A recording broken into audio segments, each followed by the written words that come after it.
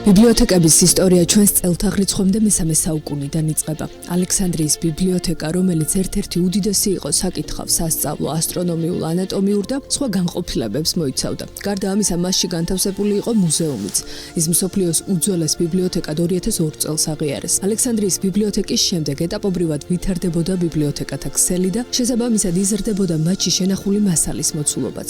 თუმცა წლების განმავლობაში არ შეცვლილა მოცემულობა, რომელიც მსოფლიოს უდიდესი ბიბლიოთეკის ტიტულს ვაშინგტონში მდებარე გინესის რეკორდსმენ კონგრესის ბიბლიოთეკას აკუთვნებს. ის 1800 წლის 24 აპრილს დაარსდა და 2 საუკუნოვანმა ისტორიამ 175 მილიონზე მეტი ნაბეჭდი ერთეული გააერთიანა. მათ შორის აღსანიშნავია გუტენბერგის ბიბლია, მსოფლიოში ერთ-ერთი უძველესი ნაბეჭდი წიგნი. დღეს მონაცემებით ბიბლიოთეკა 470 სხვადასხვა ენაზე გამოცემულ 36 მილიონზე მეტ წიგნს აერთიანებს. ხელნაწერების, რუკების, მუსიკალური თუ კინემატოგრაფიული მასალების ოდენობა კი 70 მილიონს აღემატება. უნდა ითქვას ისიც, რომ კონგრესის ბიბლიოთეკა თომას ჯეფერსონის პირადი წიგნების კოლექციასაც აერთიანებს.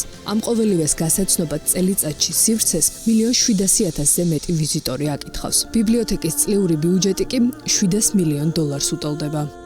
კონგრესის ბიბლიოთეკას ღირსეულ კონკურენციას უწევს ბრიტანეთის ბიბლიოთეკა, რომელშიც დაცული კოლექციის მოცულობა 170 მილიონი ერთეულით განისაზღვრება. 1973 წელს ლონდონში დაფუძნებულ სამკითხველო წიგნ საცავში 3000-ზე მეტი უძველესი ხელნაწერი და პირველი ბეჭდური გამოცემები ინახება. ასევე არაერთი ექსკლუზიური კოლექცია, მათ შორის ბეთჰოვენისა და მოცარტის ხელნაწერები. ამასთან ბიბლიოთეკა ინახავს ყველა იმ წიგნს, რომელიც გაერთიანებულ სამეფოში იბეჭდება. შესაბამისად, ყოველწლიურად მას დაახლოებით 3 მილიონი ახალი ერთეული ემატება. წიგნების რაოდენობის პარალელურად მზარდია მკითხველთა რაოდენობაც.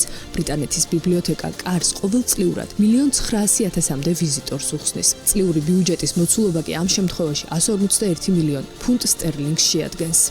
პლანეტის მასშტაბით მესამე უდიდესი ბიბლიოთეკის ძიებისას აზიაში გადავინაცვლეთ, სადაც შანხაის ბიბლიოთეკა გვხვდება. ბიბლიოთეკის ისტორიის წერა 1847 წლიდან დაიწყო. მისი სწრაფი ტემპით გაფართოება კი მე-20 საუკუნეს მიეწერება, როდესაც დაწესებულებამ მეცნიერული შემოწირულობებით დიდი მოცულობის საკითხავი მასალა და ხელნაწერები შეიძინა. დღესდღეობით ბიბლიოთეკაში 57 მილიონამდე ბეჭდური ერთეულია დაცული, რომელსაც ყოველწლიურად მილიონობით მკითხველთან აზიარებს.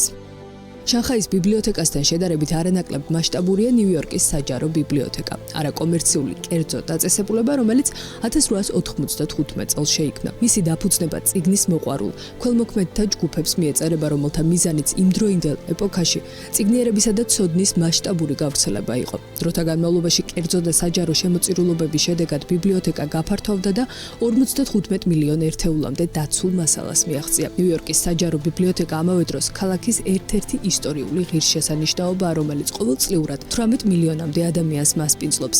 წიგნსაცავის წლიური ბიუჯეტის მოცულობა კი $250 მილიონ განისაზღვრება. და ბოლოს, აუცილებლად უნდა ვახსენოთ პეკინში მდებარე ჩინეთის ნაციონალური ბიბლიოთეკა. 1909 წელს დაფუძნებულ წიგნსაცავში 41 მილიონზე მეტი ნაბეჭდი ერთეული ინახება, როგორც წიგნები, ისე ხელნაწერები თუ უძველესი ჩინური ტექსტები.